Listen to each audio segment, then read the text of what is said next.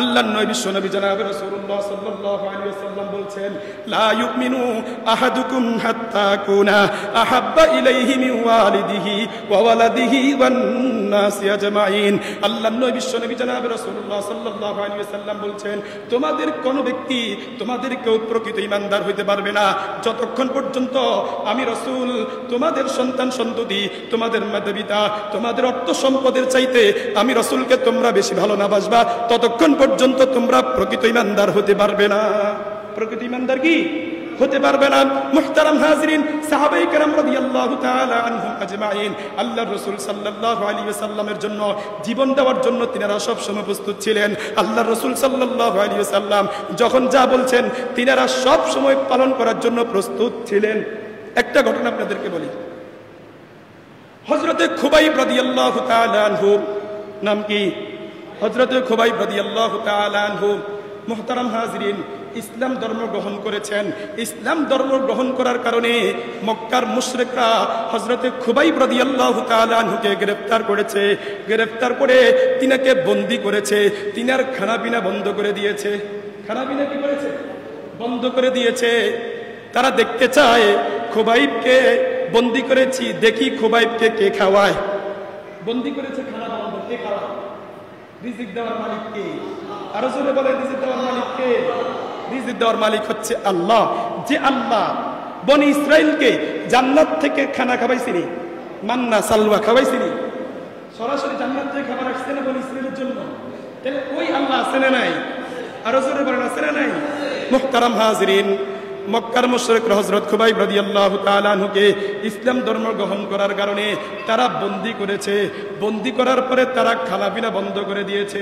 এক পর্যায়ে দেখা গেল মুহতারাম হাজিরিন অনেকদিন যাবত তারা খানাপিনা দেয় নাই, কিন্তু হযরত খুবাইব রাদিয়াল্লাহু তাআলা আনহুর চেহারার মধ্যে ক্ষুধার কোনো কিনার ছাপ নাই। কারণটা কি?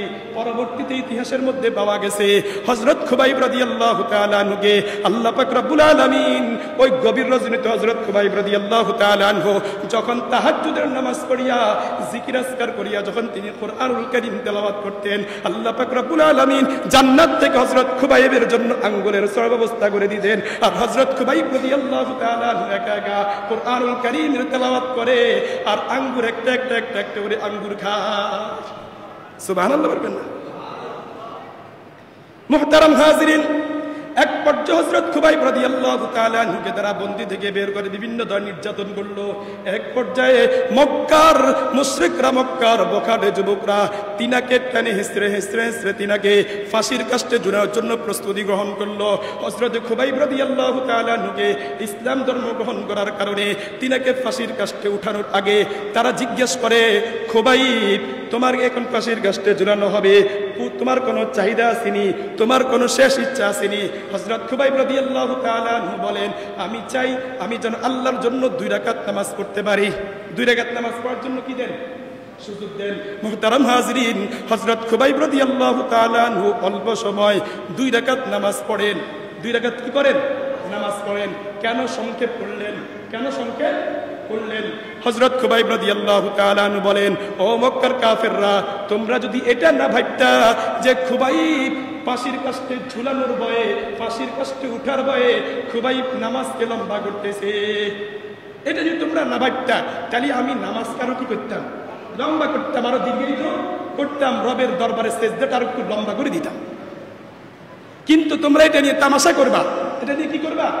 তামাশা করবা যে মুসলমানরা ফাঁসির কাস্টকে ভয়ে সেজদার মধ্যে পড়ে আছে। সেজদার মধ্যে কি পড়ে আছে? মুহতারাম হাজিরিন, তিনি নামাজ যখন শেষ করলেন, নামাজ শেষ করার পরে তিনাকে আল্লাহু আকবার মঞ্চে উঠানো হলো। মঞ্চে উঠানোর পরে হযরত খুবাইব রাদিয়াল্লাহু তাআলা আনহুর ডান হাতে পেরেক মারা হয়েছে, বাম হাতে পেরেক মারা হয়েছে।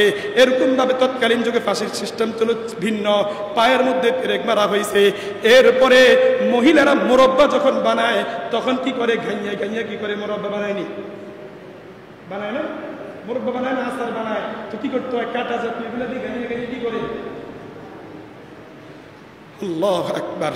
হযরত খুবাইব রাদিয়াল্লাহু তাআলা আনহুর সাথে মক্কার মুশরিকরা এই ঝুলন্ত অবস্থায় কি করতেছে? ঘাইয়েতেছে।